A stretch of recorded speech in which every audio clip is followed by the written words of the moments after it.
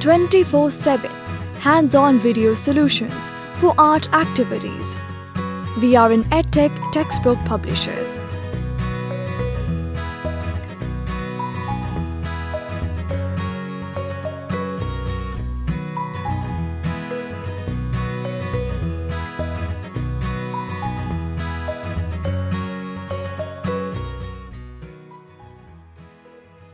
इस सफ़े में हम मुख्तलिफ शक्लों को रंगीन कलमों के साथ ज़हन नशीन करने की कोशिश करेंगे।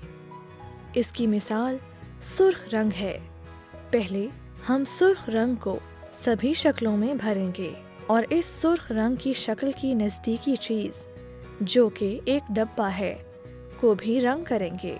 इस तरीके को इस्तेमाल करते हुए हम बाकी मौजूद अशकाल को रंग करेंगे और इनकी नज़दीकी चीज़ों को भी रंग करेंगे।